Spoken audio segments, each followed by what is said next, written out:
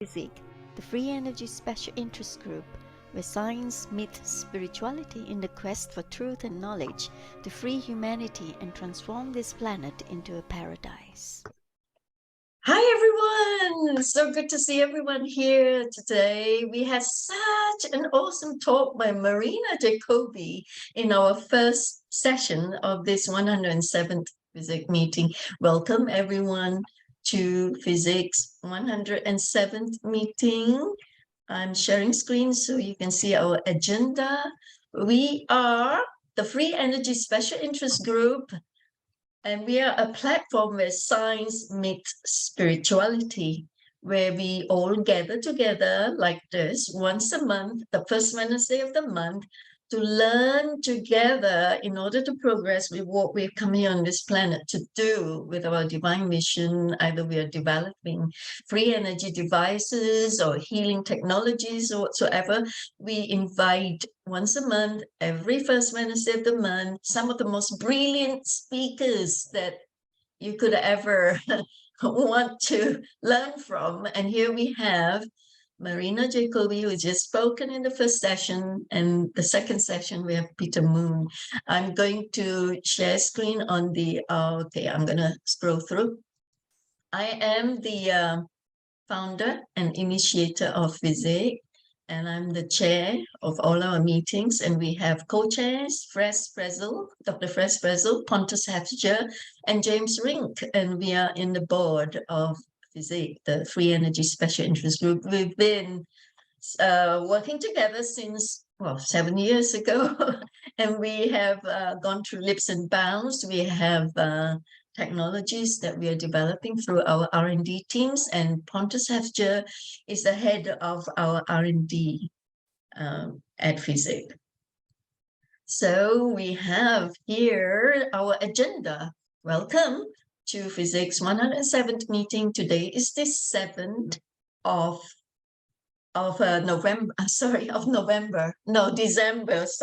December. Sorry, for a moment I had a blank on my mind because I was distracted. Anyway, so the first session, as I said, Marina was talking about the AI, the Archon AI versus the organic natural one, which is so awesome that we have been having the opportunity and the luck to have privy to these messages from the 9 organic intelligence. That's right.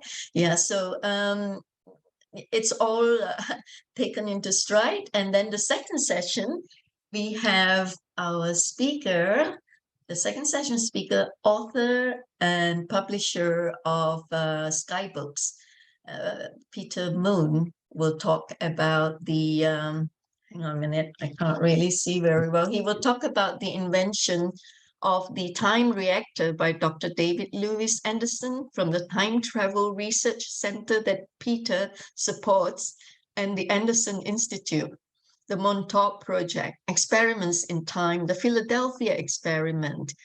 From his book, a series of books that he'd written, which is, wow, once you pick it up and read it, you can't put it down. That's what I experienced. He will be talking about the Bushek Mountains in Romania, the Bushek Sphinx, and how it relates to disclosure, Roswell and Area 51. So, folks, it's also very exciting. I will be introducing Peter in a moment. We'll be reading his bio to you so you know where he comes from, his background and all that, how he comes to write such amazing books. And once we had the Q&A done by our co-chairs, then we would like to, oh my God, Fres, you frightened me for a moment. I'm distracted. You got a sort of an alien looking picture for your icon. So folks, once we've done that, we finish the second session, please pen down in your diary to attend our 108th FESIG meeting on the 4th of January 2023. Okay, so now I would like to stop sharing screen. Oh, sorry, if you want to write to me, you want to receive invitations to join our meetings, please go to our website, truevisionofpeace.com/physic.html and click on join us. Okay, once you do that, you fill in the form with your name and your email address, and you'll be in the database, and you get invited to join our meetings, which is all free, that you learn together with us. We you know, we are very generous with our findings, some of the most brilliant minds on the planet, to teach us, and we invite you to join us to learn together so we can develop whatever we like to, part of our divine mission on the planet, and progress, okay, and succeed. Right, so if you want to write to me, Crystal at truevisionofpeace.com, that's my email, okay? And you have any question, any suggestions, you want to recommend some other brilliant minds to speak at FESIG, I will be so happy to have your recommendations. And we have many video channels. We have not that many, just 3. We have YouTube, okay, and then we have BitChute, and we have Odyssey, right? And join us in our Telegram group, the FESIG Telegram group, FESIG_group, so we can interact with us and with each other. We learn, we form study groups, and we improve, and we progress, and we succeed. Okay, right, so thank you.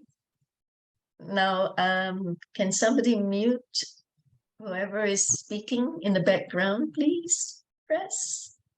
All done. Oh, thank you. Right. All right. So Peter Moon is an author and publisher.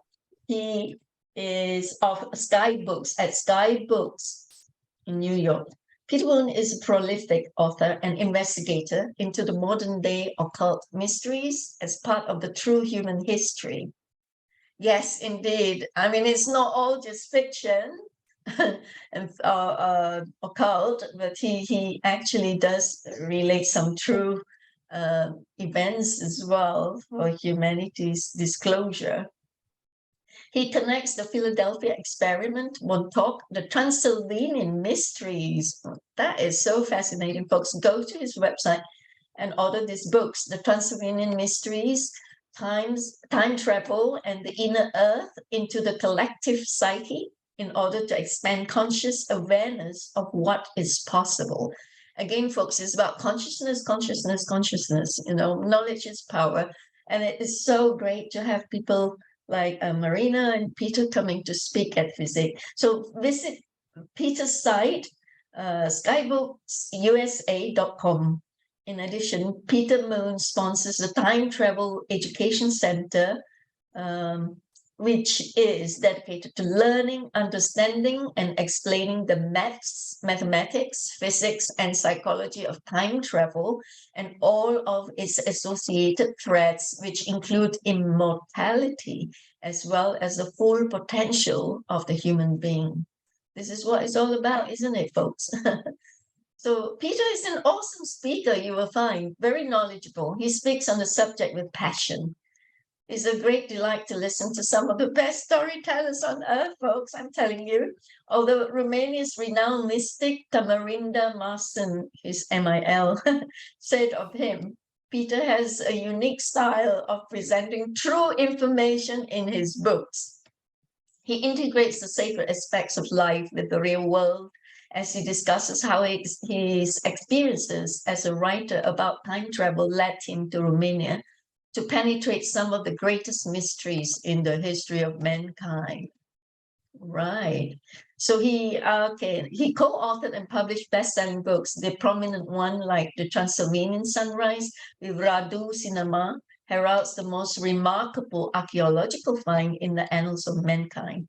Unbeknownst to most, there is an ancient sphinx located in the Bucek Mountains of Romania. In 2003, the Pentagon discovered, through the use of satellite technology, an anomaly beneath this ancient sphinx, and how it relates to disclosure, Roswell, and Area 51, of course, the Bucek Mountains, the ancient sphinx. So he will talk about the invention of the time reactor by Dr. Louis Anderson from the Time Travel Research, and the Montauk Project, Experiments in Time, Philadelphia Experiment, and more. Okay, thank you, folks. Over to you now, Peter. You can start your presentation. Okay. And Everybody the can hear me okay? introduction. Yes. Okay, thank you very much. Unfortunately, because I was given so little notice, I didn't have time to put a proper presentation together. And Sorry. so what I will do is I've only got 3 slides here because I couldn't put them together. But this is the most important thing I have to share. And I will get into the time travel and the Transylvania story. But right now, one of the biggest problems on the planet is that people are lockstep in agendas with that are satanic, for lack of a better word. People don't realize that, what's her name, J.K. Rowling was a member of the Temple of Set. Oh, no. And this applies to most of your New Age speakers, actually. They're not necessarily members of the Temple of Set, but they're in lockstep with satanic agendas. And this applies to about 99.9% of your channelers. They're channeling from satellites, from other things. But one of the most important things when we talk about disclosure, we talk about disclosure. The biggest secret of the US government about disclosure is about Roswell. And I wrote a book, which I can't even didn't have time to put up the cover, The Roswell Deception and the Demystification of World War II. This was written by Douglas Dietrich and myself. He's the only person in the history of the world ever to come forward and admit/confess to burning government documents at the Presidio, which was basically ruled by Dr. Michael Aquino, founder of the Temple of Set, who was a satanic high priest and a satanic chaplain. That's a whole nother story. But we wrote this book, The Roswell Deception, which demonstrates beyond any shadow of a doubt that the air battle that rages over Los Angeles, I can't put up the Roswell things because I didn't have time, and the mystery air objects seen over the sky over LA were nothing but Japanese dirigibles, size of 3 football fields, that were basically attacking or warning the United States. This is a whole, and I encourage people to read the Roswell Deception. People, they just like, oh no, it blows the whole paradigm of aliens at Roswell, which was all orchestrated by the US government, the Office of War Information, to think there were aliens. Oh no, we didn't have aliens, they're weather balloons. They're making you think they're aliens, and they were not aliens. So this is very important with disclosure. And when Fox News, and they were saying we're going to have disclosure last year. On the anniversary of the Roswell incident, July 5th, we offered disclosure, and they shut up about disclosure. Fox News, they shut up about disclosure, because the real disclosure isn't what they want you to think. And that's just my brief intro. And I will now go into the part that people want to hear. But I want to advertise and promote that book, The Roswell Deception and the Demystification of World War II. Very important book, and there's no book like it. It blows people's paradigms because it's true. And most of what they've been listening to is orchestrated government stuff.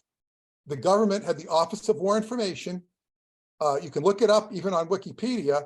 It amalgamated itself into the CIA and the NSA, and they've been controlling media ever since. That includes Netflix.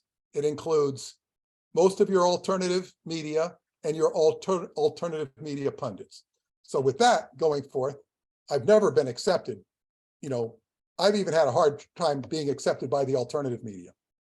But some like you accept me, and I appreciate that. So this is the story that everybody wants to hear, I think. Peter Moon's Romanian Adventures, Transylvania, and Time Travel. And on the left, you see a picture of a white bat, which was a dream I had. There's a book called The White Bat. We'll get into that later. And on the right is the Romanian Sphinx. Oh, Peter, I haven't seen your shared screen. Oh, you can't see it? No, you got to click the share screen green Okay. thing. Yep. Share screen. Yes. How's that? Can you? Oh no, we don't see anything. Do we, Fres? Now No, can we you do. see it? No, we do. Ooh, Okay, yeah. I'm sorry. Okay, so this is the white bat on the left, which appeared to me in a dream, 1989, before I got involved in this. And here you have the Romanian Sphinx on the right. of course, a little bit about my background. The Montauk Project Experiments in Time is what I'm most well known for. The book is in the upper corner there, which all was an extension of the Philadelphia experiment, which was experimenting with radar, trying to make ships invisible, and it was crossing dimensional barriers and gating in all sorts of stuff. The research there was taken to Brookhaven Labs, the premier nuclear facility in the world at one time on Long Island, and that hatched the Montauk Project, which you see in the lower corner there with the SAGE radar antenna, which is where so many of the experiments were done, which would influence the minds of people, because you'd have a gifted individual who would be, his mind, mental energy would be being picked up and amplified by radio receivers and broadcast out that antenna structure. Gain horn is what it's called, that broadcasts out for hundreds of miles and could influence people. That's the background of this. And of course, when they could influence people and minds, they found out they could also influence time. And that was where so much of the experiments, and of course, the stories were from Preston Nichols. He was the experiencer. I was the writer. I was not involved in the project. That's my background. Now, of course, it's about time travel.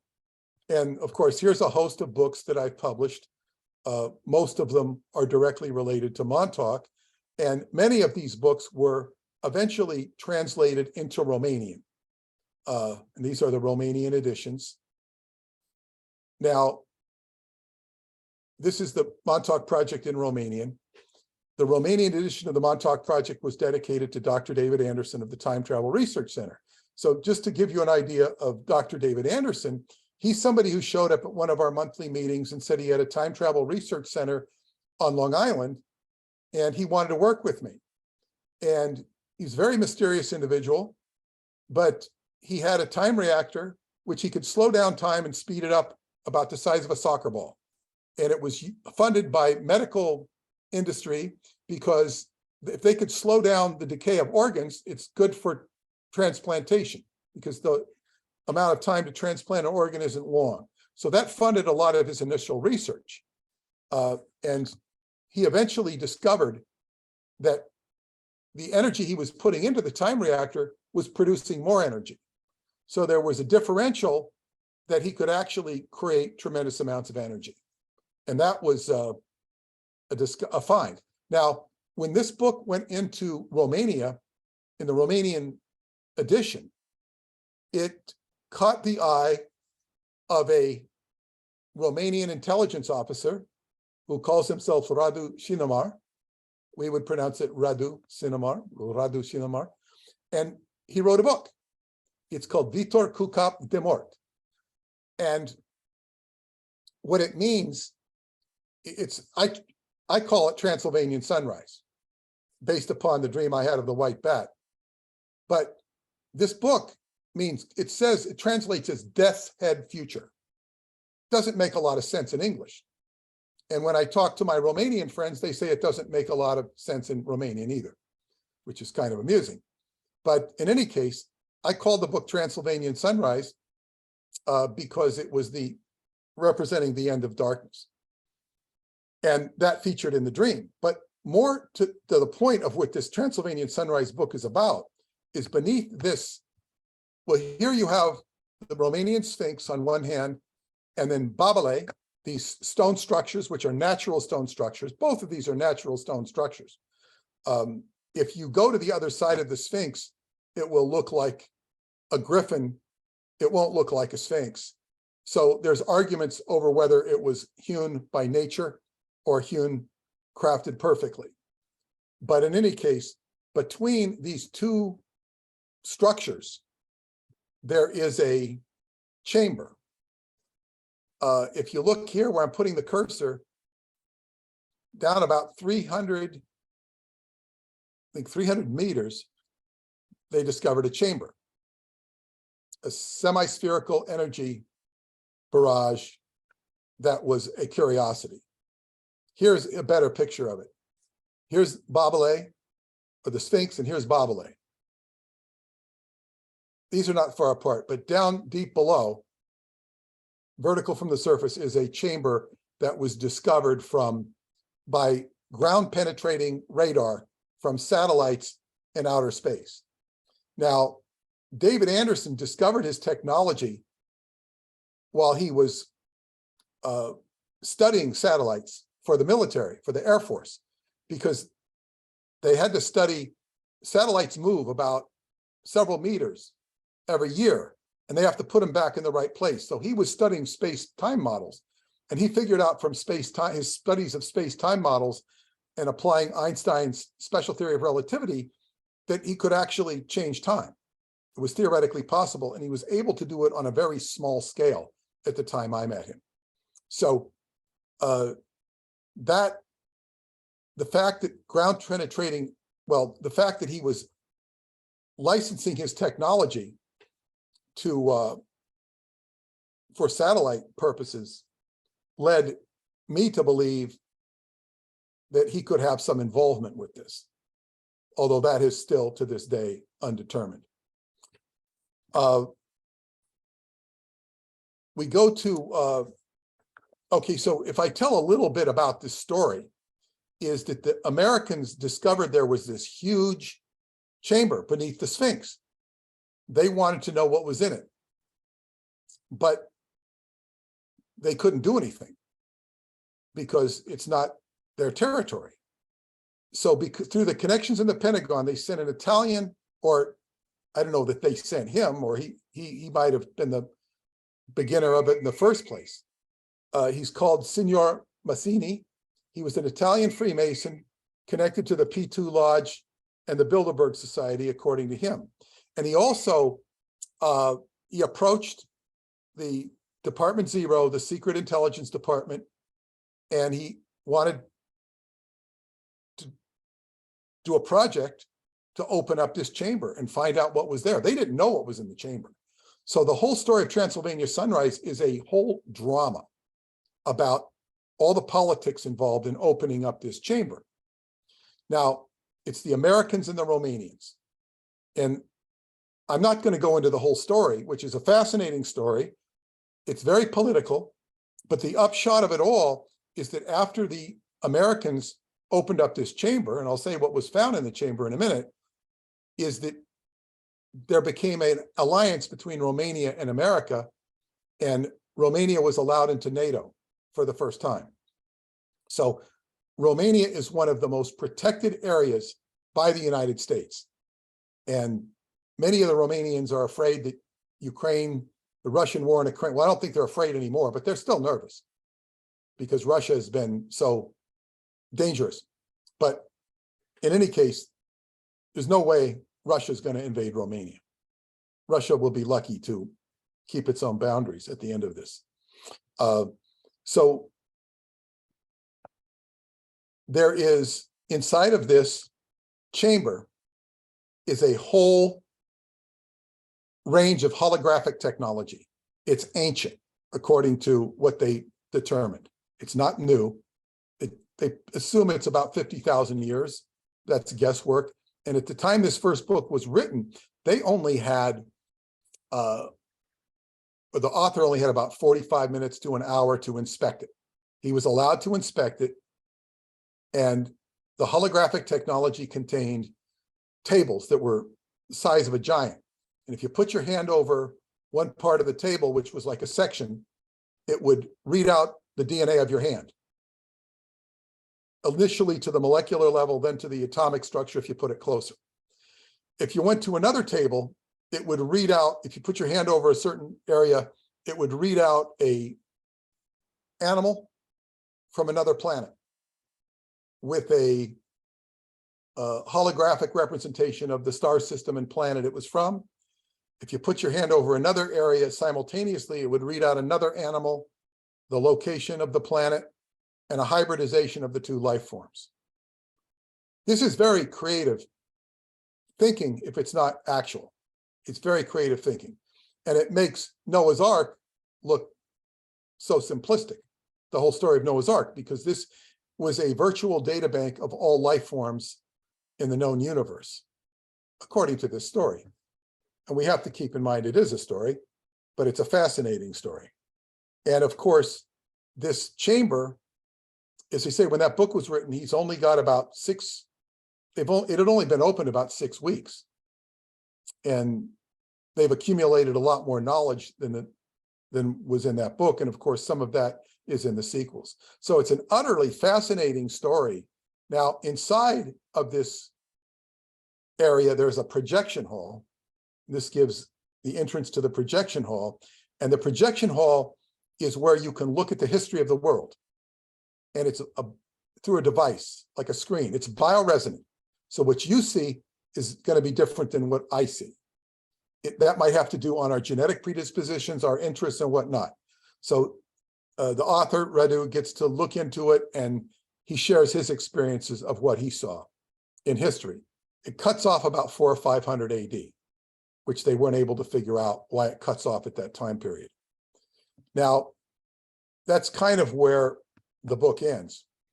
Now, of course, in 2009, well, in 2000, right after I met David in 1999, and about 2001, he goes out of the time travel business. He's still going to Romania. He had been to Romania just before he met me, and his first thing was to meet me. And then in 2009, he would invite me to Romania to attend a camp for writers, artists, and scientists. So he arranged for my expenses to be paid. He had shut down the Time Travel Research Center and reorganized as the Anderson Institute. He was going back in the time travel business because he was out. Now, he had also started the World Genesis Foundation, the mission of which was to leave no child without hope for the future. So the World Genesis Foundation helped sponsor Atlanticron. This is the meeting of writers, artists, and scientists, which was basically to give youth an opportunity. And it's a great learning experience for anybody who goes there. And it's on an island in the Danube. I've attended annually, except during COVID. And it's, I've lectured there, I teach Qigong, and I, of course, networked with many, many Romanians and have met many friends through there. It's quite an experience. And of course, I attended there with David in 2008 and 2009. He has not been back since, although his wife does attend frequently. Now, this is pictures of the camp, an island in the Danube. People stay in tents. Now, on my second journey, well, I should say on my very first journey, I was given a sightseeing tour. I was kind of stranded there with the two friends I was with. And I went to Pele's Castle, the summer home of King Michael, now deceased. And I ran into a beggar. He didn't look like this. And the beggar wanted something, but I didn't give to him because the money I had was for my friends and I didn't feel it was appropriate. I'm also from New York, so beggars are often duplistic in New York. So I made a mistake by not giving him anything. And that was the, I later found out, I'll share that story. Now on that trip, the first trip in 2008, I visited the Sphinx. You see it here from its angle where it looks just like a Sphinx. Here from another angle where I'm taking the photograph, it doesn't look quite the same. So there's now a platform where you can see, and you'll get the spitting image that's on the left side of the screen. Here's a picture of the standing stones near the Sphinx. It's a beautiful area. It's above the tree line. Very inspirational area up there. This is the other side of the Sphinx. And it doesn't look the same. If you look at it from certain perspectives, it will look like right here. It looks like a griffin, the right profile of the Sphinx. So you have the idea of a lion and a human, just as you do in the Egyptian Sphinx. Here's another picture of Atlanticron Island. This is what the workshops are like. They're out in the open air, and they're generally in Romanian. When I speak, they're in English. Most of the people speak English. Now, in what they taught me when I went to Romania. The esoteric people, the professors said, you need to go to Sarmasegetuza if you want to understand Romania. This is the heart of Transylvania. This is where the ancient Dacs or Dacians had their religious capital. Part of these are original stones. The solar wheel you see with all the posts sticking up was some of the original stones was recreated for a movie during communist times of the ancient history of Dacia. And this is what the Romans, Trajan, the conqueror, came in and conquered outer Romania. He did not conquer inner Romania because they receded into the ground. But this is an incredible area. I was told I must go there and spend 3 days there if I want to get the benefit. Sacred Romania. Here's an example of a heart. Now, what I learned when I got back is that Palace Castle, where I was, that there are these ancient spirits of Transylvania known as the Solomonari. The Solomonari appear as beggars, and they are testing your heart. And if you give to them, they will give you the heart of Romania. Now, they will appear as sheep or as beggars. And they're testing you. Now, by tradition, the Solomonari initiated the patron god of Romania, Zalmaxis, 4 years inside the inner earth, and he transformed from a man to a god. Zalmaxis spread his lessons, his information. He's the inspiration for Zoroastrianism, Judaism, Christianity, at least. They all are patterned after the ancient. This is very ancient land. And of course, history of Romania has been obfuscated. They changed the alphabet from Cyrillic to Latin, so everybody would think Romanian came from the Latin language. It's not really true. Romanian's the root language. There's been a lot of misdirection to hide this, which is a whole nother story in a lecture in itself, which is addressed in the book, The Secret Parchment. So this is, I began to learn a whole history of the world that is not what we're, certainly not what we're taught, and we're taught the opposite. Here are some more shots of Atlanticron. These boats were communist houseboats in their day, and I would typically stay in one of those boats in a very hot cabin. They have music at night, and it's right near these ruins, which it's called Capidava, is the little town near it. These ruins extend for miles and miles and miles, although it looks just like a small little town. But of course, nobody has the time or energy to dig up all the ruins, but they extend for 4 miles. This was a huge, huge civilization that is, basically lost to history. Here are some shots of the ruins of Capidava. There are lectures at night. The guy on the left is Ravi from JPL. We'd have a live hookup to the Mars rover. He was the director for the Mars rover. And also at Atlanticron, David Anderson lectured for the first time on time control technologies and methods. He gave us several series of lectures where he explained how time travel works. I would also tag team with him, and he'd have me speak on Montauk and whatnot. And these lectures were in 2009. It took me 6 years to really figure them out and dumb them down and create the Time Travel Education Center, timetraveleducationcenter.com, which you can go to and download 7 free videos, which will show you that time travel, literal time travel, is within the bounds of ordinary math and physics. And it's demonstrable with 8th grade level math. All you really need to know is the Pythagorean theorem. And from that, you can figure it out. It takes a little patience because you have to think in ways that you're not normally used to thinking. But this is the theory that spurred him on.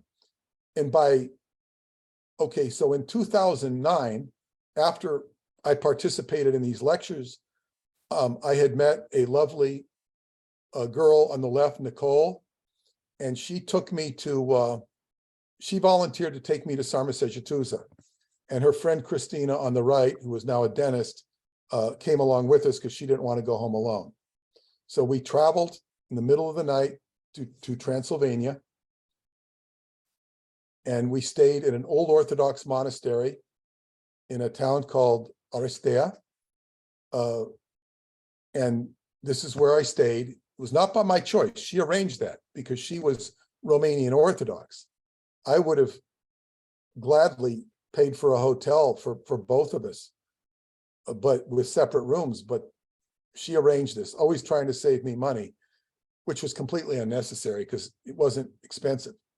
I found out that the foundation stone for this was laid on August 11th, 1999.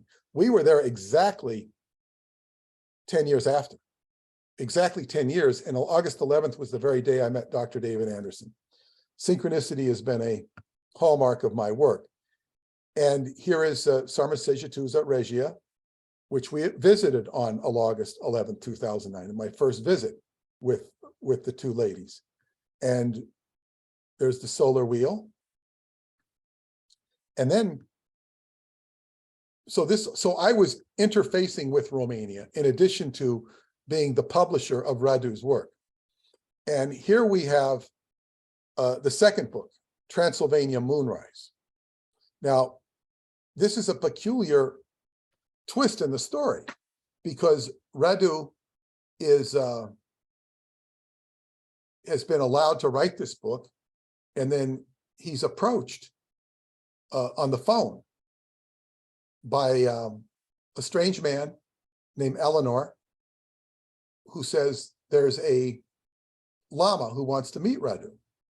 The publisher is not supposed to, encourage or forward calls. But when Radu finds out it's a Lama, he's curious.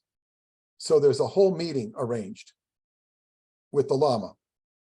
And when they find out, when he finally meets the Lama, who's dressed like a, I don't know, maybe like a Chinese dignitary, very stylishly, not dressed like a Lama.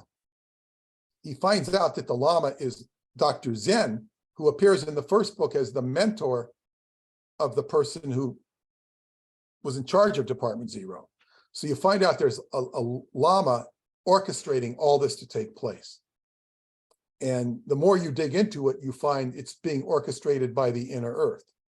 And of course, the Solomonari are the people or the beings from the inner earth that initiated the Romanian deity Zalmoxis. So you have, and although he never mentions the word Solomonari or Zalmoxis in his works, Radu acts as if he's speaking on behalf of them. And of course, I point this out because I learn it. I'm sort of experiencing that tradition with the Solomonari, because I eventually did find a beggar, and you could say that the heart of Romania was opened up to me because I met my wife on the very grounds of that solar wheel. So it's like, wow, when I did the right thing, it opened up to me. So here's the inner earth theme. And in that book, Radu is taken to Tibet. That's a shot of my wife posing as Mashande, where he meets this blue goddess with green eyes. And she is an amazing being. And she is one version of the Durga, the invincible principal form of the goddess, also known as Devi and Shakti. Durga, the Mahashakti, the form and formless, is the root cause of creation, preservation, and annihilation. She gives Radu a parchment. It's a terma, a hidden treasure, hidden by various adepts representing a tradition of continuous revelation. Radu is then identified as a terton, an adept who reveals a terma through his own mind stream. It can take years to reveal. And these termas were hidden by Padmasambhava, also known as Guru Rinpoche, an emanation of the celestial Buddha. He's the one who formed Tibetan Buddhism. So when these terms do not appear in the book, they were pointed out to me by a friend of a Tibetan Lama, because he recognized that these were the facts. So that he arranged a meeting with me with a Tibetan Lama in Woodstock on his 93rd birthday. And it was very interesting because there were hundreds of people waiting out to give gifts to the Lama. And most of them weren't going to get access. There were too many of them. I was taken right up the stairs and got to spend 20 minutes with him, which he was very interested in the time travel technology because maybe he could extend his own life. He's passed away since, but there's sort of an authenticity to this theme. Now, the third and fourth books are The Mystery of Egypt, The First Tunnel, and The Secret Parchment, which actually divulges what's in the parchment. The Mystery of Egypt is very about explore. I went ahead of myself. There are 3 tunnels in the projection hall, which go to 3 separate areas. The first tunnel goes underground to Egypt, beneath the Giza Plateau. The second tunnel goes into the inner earth, and the third tunnel goes off to Tibet.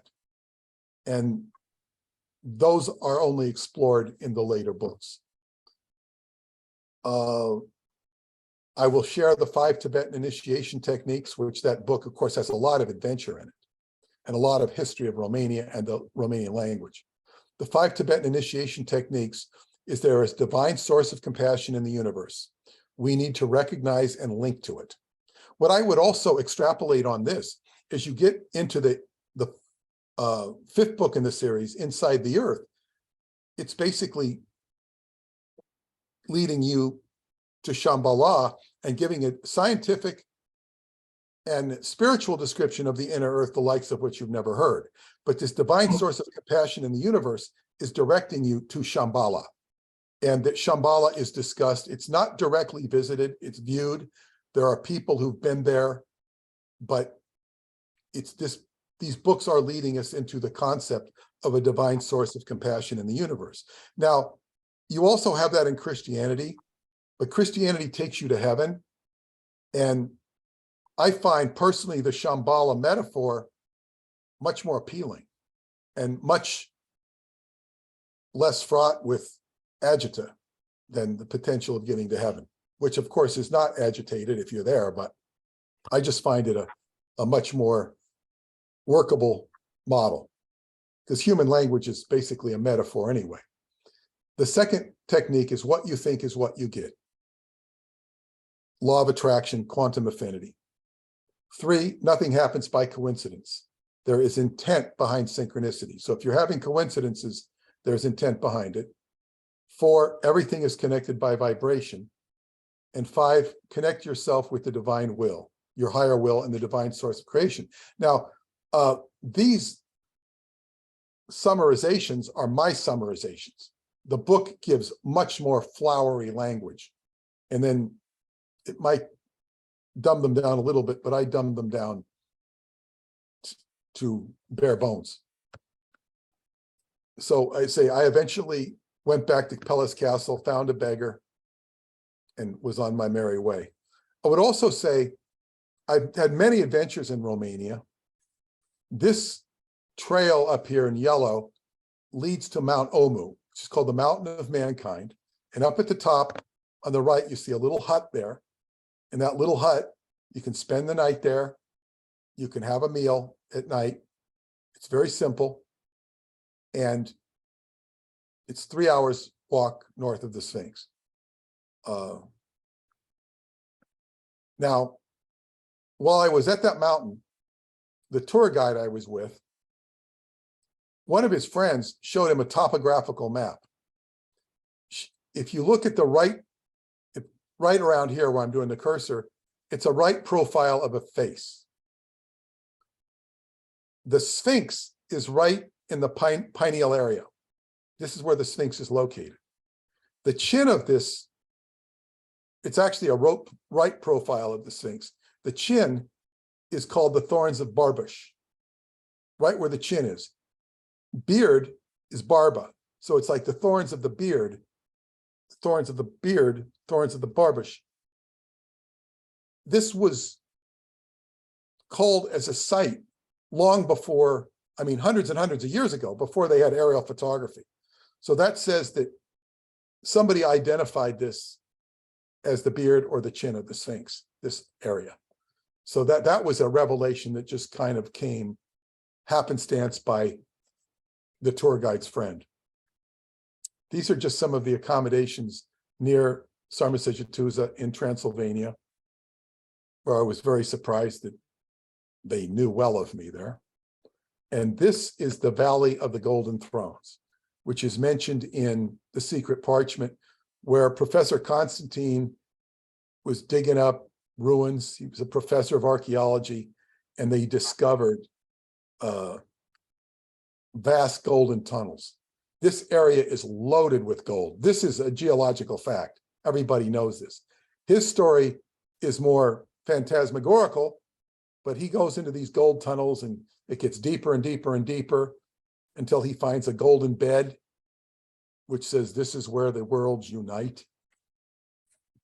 And then he goes deeper and finds some golden thrones that are like for beings 9 feet high with hieroglyphics. There's a vortex nearby that the kid he's with, who's the contractor's son, falls into and disappears. Professor Constantine, gets scared, runs back, calls security. They basically take him away. He's never to be seen again. Cesar Brad, the protagonist or the main character in Transylvania Sunrise, is able to interview him before he is taken. And that whole story becomes a whole state secret of these golden tunnels under here. And anybody who tries to penetrate them, at least in the construction workers, they kind of go crazy. They can't penetrate the area. Now we're going to flash back to 1989. 1989, I was writing a book about Atlantis because I wanted to be a writer. And I said, well, if you're going to write about something that people like or read. There's a lot of books on Atlantis. Well, I'll do a book on Atlantis. I didn't know how close I was coming. I had a dream in autumn of 1989 where I went to this structure, which is Polinari Fortress. This is the fortress of Vlad Tepes, character you'll know as Dracula. It's not his castle. He did not have a castle. Dracula's castle is a tourist attraction, never belonged to him, although they will lie to you about it. I was in a building that looked just like this or similar to it. And in it, I went into a room, an area where I saw Dracula's brides sort of in a orgiastic frenzy. And they were kind of moving much like I would find the energy around a time reactor, decades later. I said, well, that's a description of how the time reactor works. Vaguely. And in that, when I got into Dracula's lair, he saw me. I had violated his privacy. He was very angry and he chased me.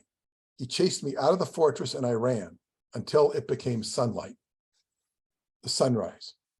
At that point, I turned around and chased him. I went to reach out and he turned into a wolf. I grabbed his hooves, he turned into a bat. And then he turned around, and then the bat turned around and was a white bat.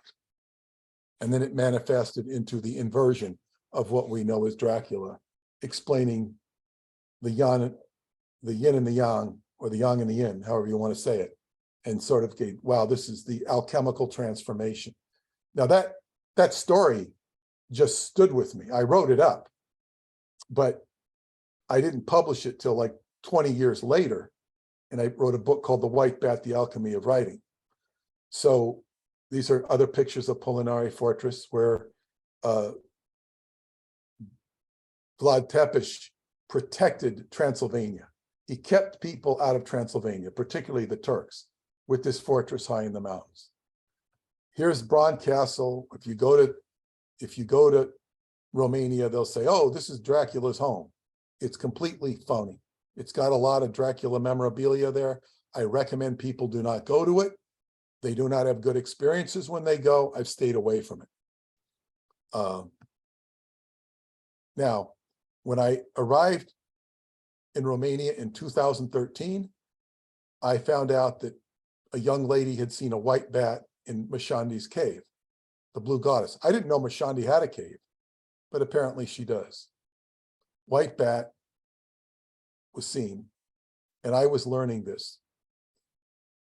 I went on a quest to find the Valley of the Golden Thrones, not knowing I'd been staying there the whole time.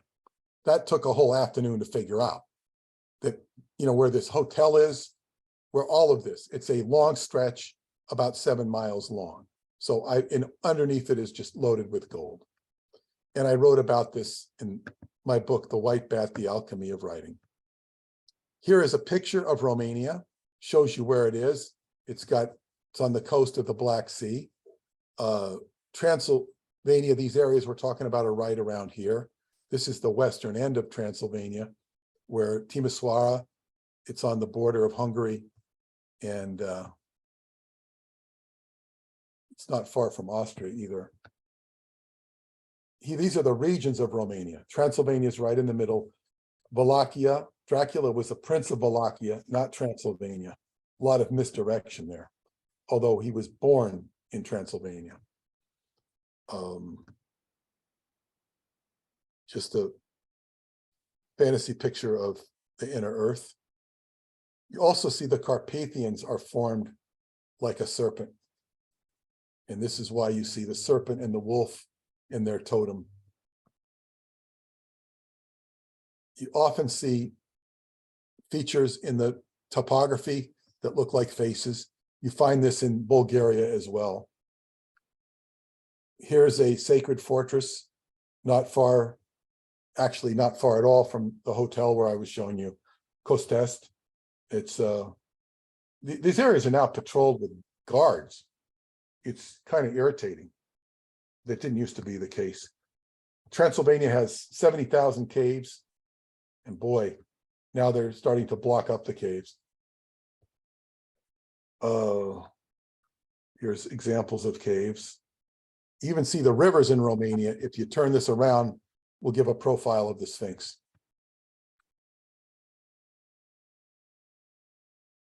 I'm digressing here, but there are a German book from the 1500s by Conrad Hess, discovered in Sibiu, the German part of Transylvania. They had rocket technology. This is where Jules Verne stayed and lived nearby. And he wrote of the journey to the center of the earth and journey to the moon.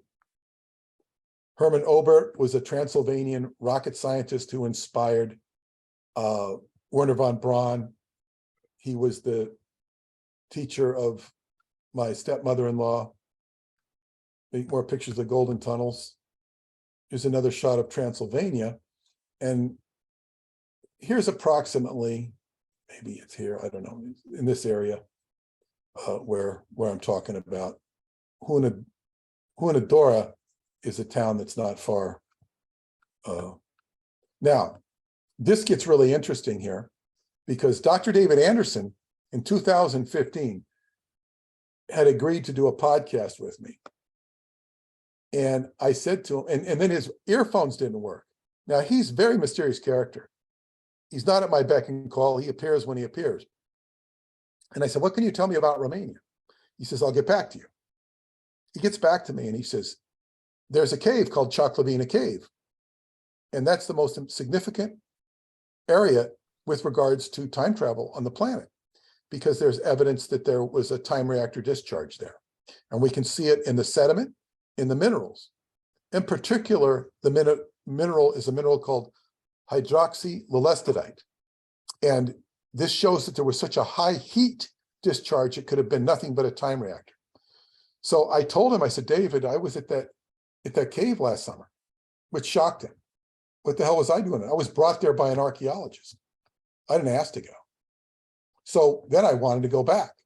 When I went back, we discovered a second cave with a man-made entrance. and you go back into it about 50, 100 yards, and then there's a block, a steel door. You can't get in.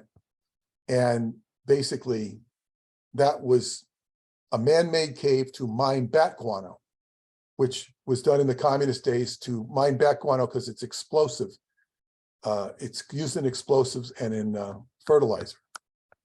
So this began a several-year quest. And I didn't have time to put the pictures together, but I was able to get into that.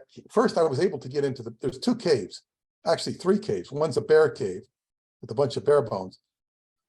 This cave is called the dry cave. And then there's the wet cave. Now, I was able to get into the wet cave in 2019 before COVID hit. And I went a mile into that cave. It was fascinating. I didn't ask to go in the cave. I was brought in there. And with a wetsuit and everything, it was beautiful.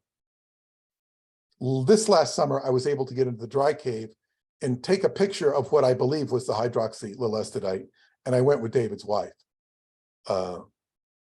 So that is the, now there's also a time reactor patent, which you can get. If you can't find it, you can email me at petermoon333@gmail.com, and I will send you a link to download the time reactor patent with some explanation. There's also videos on them, which I think are proprietary. I don't think they're part of the free videos. And there's the science of the time reactor puts out a huge amount of energy. And to actually, Frank Tipler offered a theoretical system by which light cones could be tipped. A light cone is just an arbitrary designation to describe how light works. But he said that if you had a piece of matter 10 times the mass of the sun and compressed it into a long cylinder, rotated a speed of half speed of light, you could distort space and time and create gravity and tip light cones. And when you can tip light cones, you can affect time travel. We can't get into that explanation now. But it took so much energy that it's virtually impossible. David Anderson has 2 videos on harvesting technology, harvesting energy through space-time distortion that solved this problem. So the big problem to theoretical physics is solved. Of course, David isn't really acknowledged or appreciated. This is a description of light cones tipping, which is part of the videos. Here's me penetrating Choclabina Cave, the wet cave, with a couple of friends, and we're in wetsuits that were provided for me. Here's another shot of the cave. Here's a shot inside of the cave. And this was one hairy part of the cave. I had to climb a ladder to get way up there. It was kind of challenging. This is me in front of a stalagmite. And there's some diagrams of the cave. And then, you know, that's in a nutshell, the presentation. I don't know if I've gone over time, if I've gone under time. If you want to open up to questions, I know, Crystal, you said that people would want to ask me questions. I'm certainly here for that. Oh, yeah. Thank you so much, Peter. That is so good to see. I mean, you said you got 3 pictures, but you got a lot more than that. Thank you. No, I mean, 3 pictures of the Roswell. I really, you know, sometime I'd like to do a separate presentation on that if it's possible, because it's so important. All right. So if you could stop screen share, then we can have our co-chairs coming in and start the Q&A session. How's that? I have to figure out how to stop screen share. First, we need you to stop Peter's With this screen share. resume share, it looks like I've stopped. Have I stopped? There you go. Fres has done it. Well done. So Right. So we have we're- James, Fres, and Pontus here co-chairing. So anytime you feel like it, any one of you 3, just chip in and start whatever you I'm need going to to say. defer to James. I'm going to defer to James. This is his department. This is great. James, Come on, James. You want to ask Peter about probably the time travel stuffs that you experienced or remembered in your SSP service?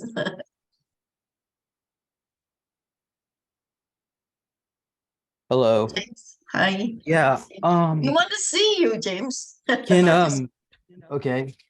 Can Peter comment about the return of the USS Eldridge? Is that going to be coming back in August or October of this upcoming year, 2023?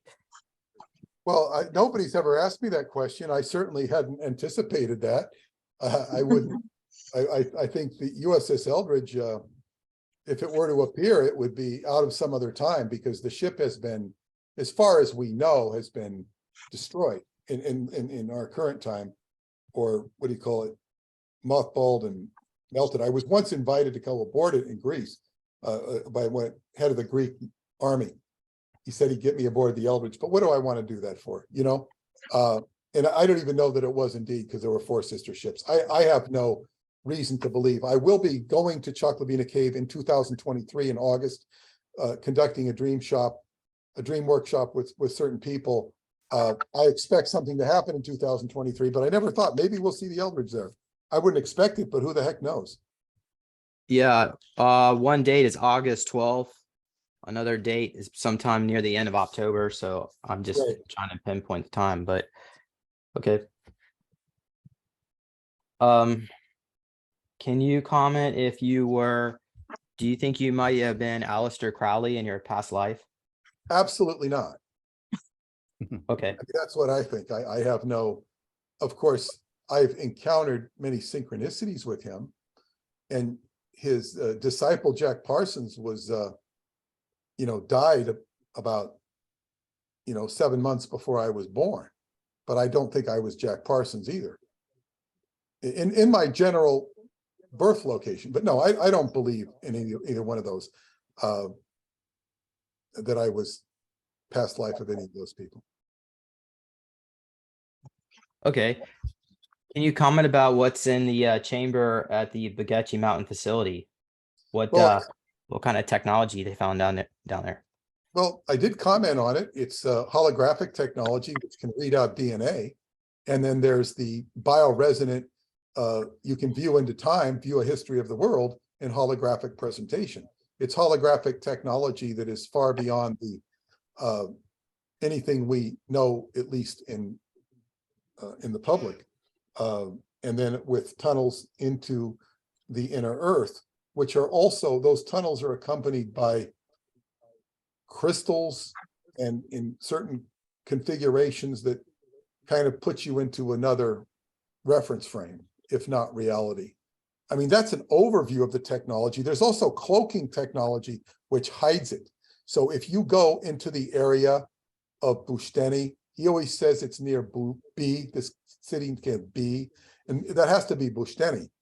But if you go into the mountains near Bushteni, he tells you the whole thing's cloaked. So you go by it and you'd never see it, because you're not meant to see it unless you're meant to see it. So that's an overview of the technology. I don't know that I could detail it anymore, just talking off the hip here. Well, I have a question for you, Peter. Regarding the book, Transylvanian Sunrise by Radu Sinema, and you have not met Radu yourself personally, have you? You're just communicating with him? No, I had an extensive correspondence with him. That sort of stopped around 12 years ago. There have been other exchanges with him, a few, not many. I have met one person who I'm very certain has met him. And I've met a couple people, 3 people who claim to have met him. I'm not so sure about those. But so no, I've never met him personally. What's the percentage of the story being told in the book that is of truth, that is reality? I can't tell you, but I can tell you that the man who did meet Radu told me that he believed he had a percentage. I Sorry? don't know he had a percentage. He said, I don't know if he said 80% was true or something, or 50. I Wow. don't remember what he said. But what I did notice, that people in Romanians I talked to had very heated opinions on what was true and what was not true. And I thought this was ridiculous because first off, it's a story, it's a book. I don't have a heated opinion on anything about it. It's interesting, but why do people have such passionate opinions about it? This I thought was very telling of something. Yeah, because it resonates. What about Caesar Brad? I mean, you said that he was taken, and so was mentioned in the books as well. He was taken by this Illuminati guy who came and He tried wasn't to. taken. He met with him. He didn't take him. He met with him, Mhm. and Caesar, he outsmarted the Illuminati character. He wasn't really Illuminati. He was a Mason. Okay, But same thing. it's not the same thing. It's very different. It's very different. But there's a lot of misunderstanding on the Illuminati because of the David Icke work. But the Illuminati and the Freemasons are very much not the same thing. But anyway, he so he was he was not taken. He outsmarted him, and then he went into the inner earth himself. He has been to Shambhala according to the books, and he's much far more removed. I think he sent me a couple messages over time. Who did? Caesar Brad? Yeah, I think he appreciated what I did to translate the Inside the Earth book, and Wow. he had some comment, I think, about the book Montauk Revisited, but there was a couple of messages to me. Would you think he would ever come out and show himself and let the world know about him? Well, that's a good question, but I can't imagine why he would. He seems to live behind the scenes, and he seems to be comfortable there, because it's just like David Anderson doesn't come out and share himself anymore. But why does he want to hide behind the scenes when he has a divine mission for humanity? Why won't he brave enough to come out and do it and face it? Not a question. First off, it's an assumption that it's a divine mission. We'd all like to think that, but he works for the secret aspects of the government, and he's under their influence. I had a dream with him, and I asked his wife about it, and I said, "What's the dream mean?" She says, "Well, you're doing what he can't. In other words, talk about it. He's not allowed to talk about it for non-disclosure agreements or whatnot, and to be public." I would also tell you that people will beat a path to his door, which is more than he can deal with. People will contact me and want to go back and save their loved one. One woman offered $1 million donation to the World Genesis Foundation if she could go back in time and save her loved one. This is very selfish on people, because the dead should be honored and respected, not brought back to life. And of course, these are most of the requests are people who are suffering tragedies from the loss of somebody. And I know that, he didn't save his own father who passed away, or his mother. So, if he can't do it for himself, why would he do it for somebody else? Because what laws are you breaking? But why doesn't he come forward is because, he's not in a position where he can. Well, you did mention that Radu or Caesar had actually gone through the underground tunnels that connects the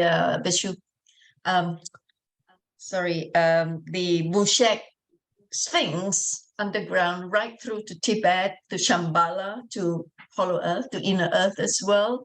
They had gone there, they had traveled there, hadn't they? I mean, this is disclosure that the world needs to be informed about, and Well, we need to know. To the degree that's in the book, it is disclosed, but disclosing it and experiencing it are two different things. And it's all has to do with one's vibrational frequency. And this is discussed in some detail in the book Inside the Earth. Your vibrational frequency has to be attuned, because as you get into the inner earth, and he gives a very cogent description of the physics of the inner earth, as well as the changes of vibrational frequency that occur there. There's an inner earth that's of this physical plane, which houses civilizations. There's also one that reaches beyond this physical plane, and he discusses that. But so it's all a matter of attuning to it. And of course, we're all in this dense world of which we know as physical reality. And of course, we have to deal with it. We have to put up with it. We have to eat, etc. And it's not always. And of course, people will reduce things to the lowest common denominator. So they'll, the way our society works is if people would access the inner earth, they'd want to go in and sell real estate. I mean, I'm being facetious here, but it's a different mindset than the people of the inner earth, the beings of the inner earth are a completely different mindset than our outward, physical capitalistic world. Well, if you are doing disclosure work, it is about time that all this comes up to the surface, isn't it? I mean, hollow earth, inner earth, things, they are supposed to come out here to teach the surface people on how to live to, longevity, and how to eat the right food and all that, they are teachers. They're supposed to come up here to teach us how to be on that level of consciousness that is going towards ascension, the 5D ones. So why so hushed up? Why so secretive about all this? Especially when you had depicted in those books with Radu Cinema and Caesar, I mean, having all these connections and going there themselves, they owe it to us here on the surface. Well, I will explain. The book, The Etheric Crystal, which is the latest book, goes into approaches that subject where a lady from the inner earth, Mentia, wants to produce an elixir for mankind that will jumpstart mankind. But she's seeking out this alchemist, Radu's friend, Eleanor, and he says, no, you have to earn your way. You just don't give somebody a pill and make them better. And they have a debate about that. She says, well, yes, but then one of the things she states, the main problem with humanity is the consumption of sugar and the destructiveness of sugar. And when you see what people eat on a daily basis, if she's right, and I tend not to disagree with her, sugar is very destructive to the human system. Now, that's just one aspect, but human beings are so fraught with problems, psychological problems. I think you were discussing them a little bit. I wasn't in on the conversation. I heard some of it, of all the problems from COVID to vaccinations to just people's general well-being. And I can tell you, I have a lot of personal solutions for people with the practice of Qigong. I can tell people how to fix all sorts of things, but I expect, 90% of the people to reject what I say because they know better. I do Qigong myself, and I'm sure a lot of people here in this group, this community, agree with you there. But the thing is, we are deviating a bit here. I mean, we're talking about, hollow earth, inner earth. There is such a thing as most planets, if not all, are hollow, right? Because inside there's another civilization on that. And you were discussing with another host about how disgusted you were with the scientists and the whoever they are that was like so firmly standing on the ground that the earth is molten lava, when in fact it is really hollow. Like Admiral Byrd had already shown in his diary, and so many others, and then you have Caesar Brad, and then you had the Cinema Radu going in there as well. So why so hushed up? I mean, why couldn't you just correct them, the scientists? Well, the book Inside the Earth does give the scientific reasoning of a hollow Earth and how science is, or we really can't call it science, we could call the cult surrounding science, misinterprets and is very prejudiced in non-scientific in their projections and analysis. He goes into that. It's called something about the Cavendish experiment. It's all based upon the Cavendish experiment, which he shows to be having flaws in it as far as evaluating the Earth as having molten lava. No, it doesn't have molten lava. There is molten lava down there, but he goes into the the nature of the inner Earth, and he does it quite well. And this is actually being iterated by the Lama. Much of it is from the Lama. It's not a scientist that's talking about it. It's a Lama who's logically explaining how things work. So one of the problems, and it goes back to the earlier statement of rejection, is the capstone of the Great Pyramid is a great mystery. And when people talk about the pyramid and study the pyramid, often quite academically and sometimes quite brilliantly, they tend to don't emphasize the capstone aspect of it. And the capstone is represented, traditionally, Christ was referred to as the rejected stone, meaning the rejected capstone. In other words, people reject the Christ, if we consider the Christ the divinity or the truth. They reject the capstone. They reject the essence. And this is what I was kind of alluding to. So many people are in lockstep with Satan. And I don't mean to put a Christian umbrella on things, but when I would say Satan, it's the lowest common denominator of inversion into the earth. People who study the tarot or astrology understand Capricorn or the devil card as, it's inversion into the earth and the upside down pentagram. And this is what people are too preoccupied with on earth. They have to look upward. They have to look upward. And unfortunately, with all of the media putting people's attention on stupid things, and much of civilization does this, it's amazing. There is so much light and hope in humanity. And sometimes we lose sight of that. You have to believe in humanity if you want to get along with humanity. But there are so many counter forces. So you can ask all these questions, and it's a constant, I guess what you'd say, struggle, if we can call it that, to lead people to health, and they will fight. They will fight their own situation. Peter, would you comment on the time travel technology and the science behind it? Would you want to say a little bit about that? Because that's the title of your talk. Yes, I would recommend people go to the timetraveleducationcenter.com to download the 7 free videos. Where I first was clued in on this was at the Camp Atlanticron with David. He personally tutored me on a principle called the invariance of the space-time interval. And the only way I can describe that quickly and cogently in a short talk like this is to think of a sundial and the shadow of the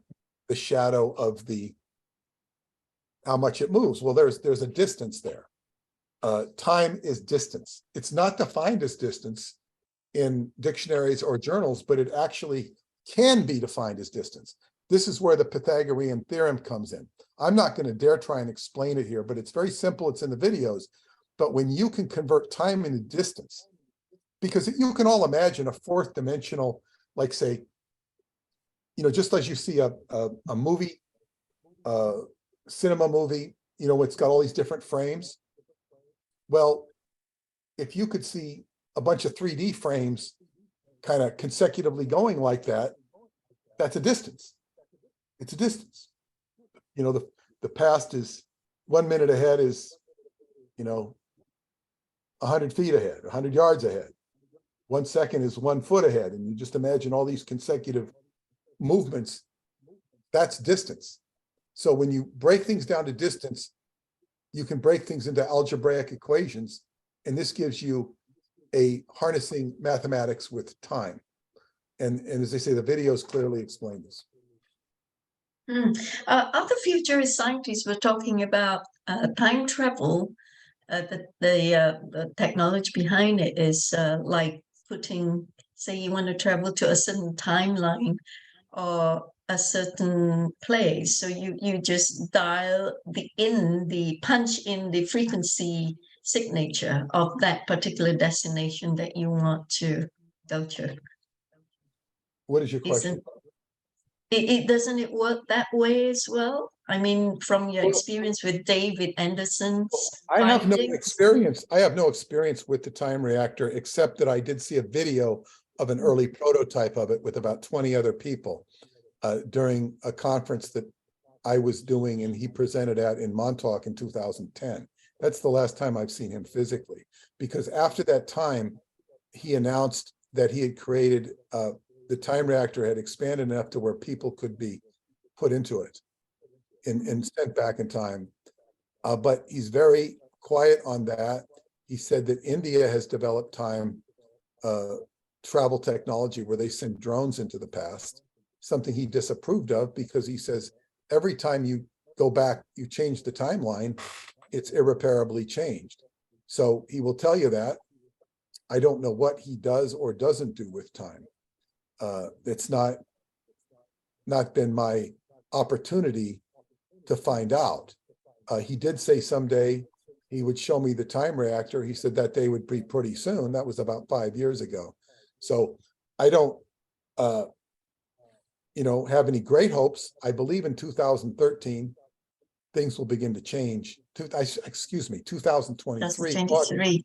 That's August. just next August, year. I believe there will be some big event that will happen when I'm in Romania during that time period. But I really, I don't get frustrated because I've been doing this a long time. And one of the great assets is patience in this world. And what I would also say is that I looked up patience, the etymology of patience, because people need to be patient with this stuff. It's directly related to the word passion. And the passion is related to the passion of Christ, etymologically, not religiously, etymologically. And the passion of the Christ is related to the suffering of humanity. So you can say David finds himself juxtaposed to the suffering of humanity, the suffering of the wheel of samsara. And so it's very, here he has technology, but, he's monkeying around. I don't know if that's the right word to use with what you could call the Christic energy, the Christ energy, because that has to do with the suffering. We could call it the Buddhist energy or whatever you want, the suffering of humanity. It's right there. Oh, right. So James has got a lot of questions for you, Peter. James, go on then.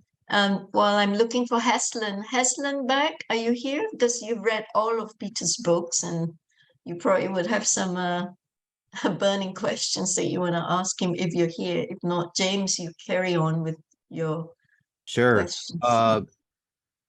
Peter, are you familiar with the time reactor that Phil Schneider was building?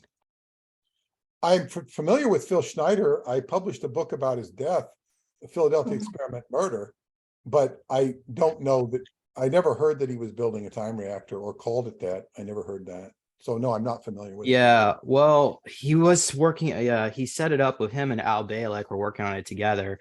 And then the Men in Black came and took everything away and wiped their memories. So not too many people know about that, but so certainly I believe, definitely the US government or the cabal, whatever you want to call it, has access to time travel tech. But well, there's no question of that. And we have that with David Anderson. We have time travel And he's, I wouldn't say he's a part of a cabal. I'd say they need him because he's the technology. He knew how to figure it out. So, but again, we don't have access to that or know all the ins and outs of that. Have you found any evidence of time travelers from the future in the present era? The only evidence I've seen of time travel is a woman that I saw move in time very distinctly, Maya Leibowitz or Linda Leibowitz. I saw her.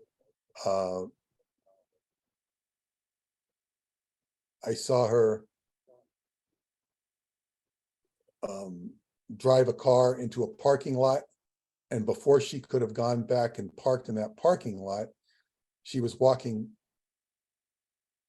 in front of me. She couldn't have got there that fast because she went around a corner. When I told her what I saw, she says, "No, you're not right, because you were in the parking lot. I was in the car." When I got in the parking lot, there was nobody in the parking lot. So we had a contradiction. Now, she sees multiple timelines all the time. And she did check out as a time traveler, according to Preston Nichols. So I believe that that woman has traveled in time, but that's a very small experience, although I've never forgotten it. But I've never really seen anybody, or I've heard of people traveling in time, but they don't deliver coherent realities to me that I could, if they were really coherent and made sense and not just a story, I would certainly feature them. But people who talk about time travel and experience it, they end up, sort of sputtering, like Al Bielek and Phil Schneider. They couldn't take care of their own lives in this realm. They couldn't handle their own lives, and that's unfortunate. They did have insights, but anyway, I think this session has gone over the time already. It's time to wrap up. Fres, you got anything you want to say? Pontus, you're very quiet there. Henrik? It's kind of an odd squirrel question in the line of maybe that there is a little bit of this revealing being tried to be done disclosure. And we take a look at the character David Anderson, and in the movie The Matrix, Mr. Anderson, and it's kind of creepy. And when I was watching your presentation of the similarities of the Mr. Anderson character in the Matrix movie, the first one, and this Mr. David Anderson in his physicality and his demeanor, and just in the image. And I don't know if you'd run across any synchronicity that kind of went. Well, maybe Hollywood's trying to disclose Matrix movies, but I did see that movie, and when I did notice that, and I waited for years when I got to Romania, and I repeated that line, "I'm going to enjoy watching you die, Mr. Anderson." That was and I don't think he ever saw it. It's what I would say, what I've learned recently from Douglas Dietrich, who's my co-author, whose father actually witnessed the Philadelphia experiment. There is some of the sailors, about 10 of them, were overtaken by, according to his father, which he was briefed on, interdimensional entities that would have supreme, they would take over the body of the host, and they were geniuses. They knew math and physics, time. They could create matter. The problem with them is they were trying to consume energy. Whereas you would hope a being like that would be explaining math and physics to you, like that character in The Day the Earth Stood Still, the scientist. No, they're instead of more interested in building a power plant so they could consume energy. It just sounds really strange. He thinks Dr. David Anderson was one of these people. They call him an evanescer, which is a fader. They fade in and out. But he's not an evanescer, because evanescers do not age. David ages like a normal person. And although some of the characteristics could bleed over, one person who worked with David said in industry said he was like an alien. That guy's like an alien. Well, I wouldn't call David an alien because he's very human, but I could see where people would impose those characteristics on him because he's very unique and very you know, he has a special place in the universe. Right. Thank you much. Back to you, Crystal.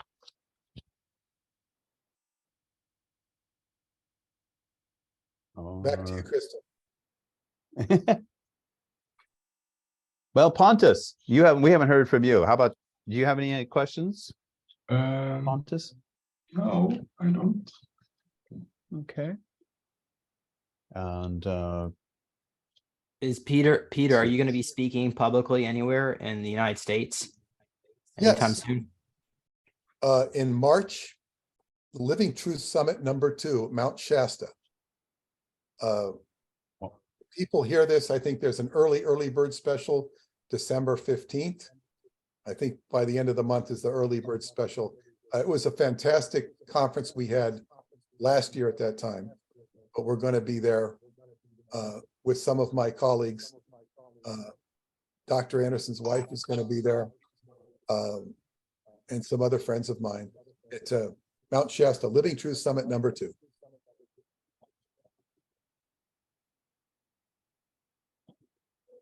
Is that it? super. Well, what are you working on? Any books that you can give us a little insight Yeah. on?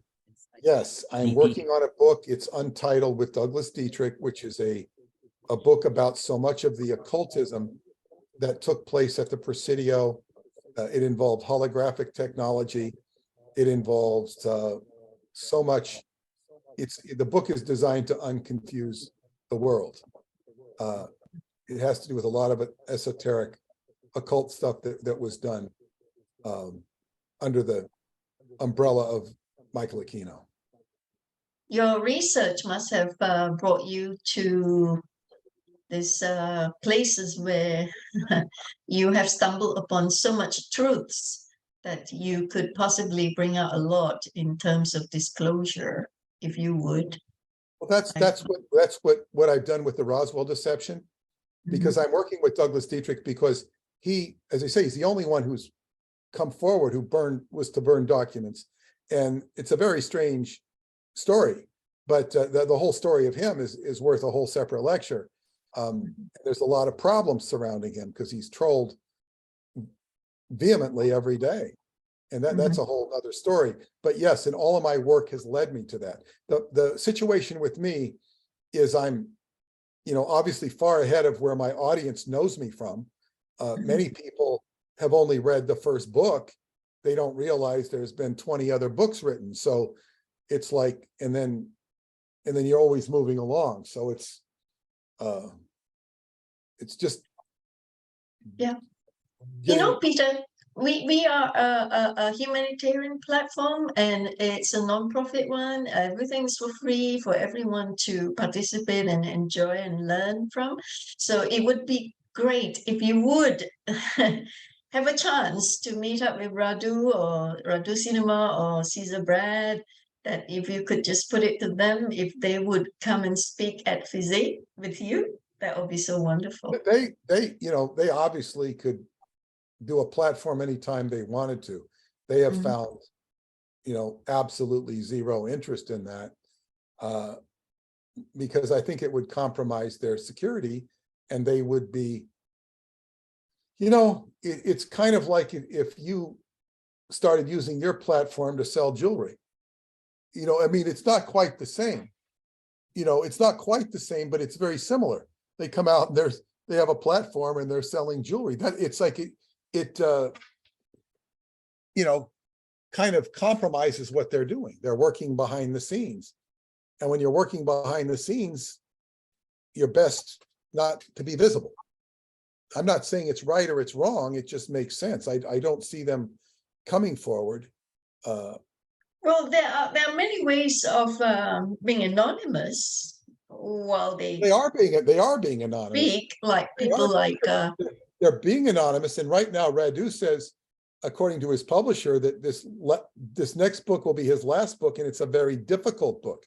It was supposed to be delivered a year ago. Then it was supposed to be delivered in September, and it's still not delivered.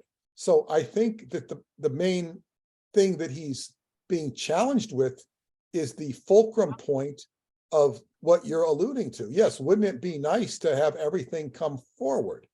but it's like pulling a tooth of somebody who doesn't want it pulled. And so when they go up to do these problems arise, we could have a whole separate discussion on that. It might be better if we were just sitting and having coffee or something, the two of us. I'm saying it's, because it gets very existential. But of course, everybody Peter, wants to know the truth. I wouldn't be so bold as to ask for this if I had not been told time and again that it's time that we have disclosure for humanity. No? So that being the case, I just, had posed this question to you. It's okay. Well, I guess that it's not time yet. Anyway, time is marching on, It's and being fought. Disclosure is being fought. Just like you see the politicians fighting over, laptop or tax returns or whatever it is, they're voraciously fighting. These attorneys are fighting. It's this way in the heavens. The demonic realm is fighting to not release information because people are being exploited, and they don't want to release it because it's a whole house of cards. Just like the Jeffrey Epstein thing. It's why doesn't it come forward? It's the same thing. I think that would be a much more interesting disclosure. But they hide it. They hide it, and they're very good at hiding it. This is what we live with. This is this world. Anyway, time is marching on. If there's no other questions, Pontus, you're very quiet. Do you have any last question before we close? Because it's really late where you are. It's way past midnight. Yeah, it is. Yeah. I don't have it, so. Okay, right. So I want to thank Peter so much for honoring us with your presence and your talk. Your books are really, really amazingly fascinating. So folks, do go to Peter's website, skybooks.usa.com. I have linked up his name on our website at FESIG, and all the newsletters that are sent out has got the link. So go there and get those books. The Transylvanian series ones are really, really fascinating. As he was disclosing just now, that somebody said it could be 100% truth, 80 to 100%. Well, so that is disclosure in itself, isn't it, Peter? Yeah. Yes, thank you very much for having me. It Thank was you. nice to be with all of you and share or hear your questions. Oh, it's such a pleasure to have you here. Anyway, so folks, there being no other business, now this 107th FESIG meeting is now adjourned to the 108th FESIG meeting on the 4th of January. Just pen it down in your diary and join us. Join us, click on the Join Us link on our website, and you'll be sent a newsletter, invitation to attend meeting and reports of the last meetings and all that, and you will be reminded when our next meeting is going to start. Thank you, folks. Thank you so much for choosing to be with us tonight. Thank you, Peter, once again. Thank you very much. Stop.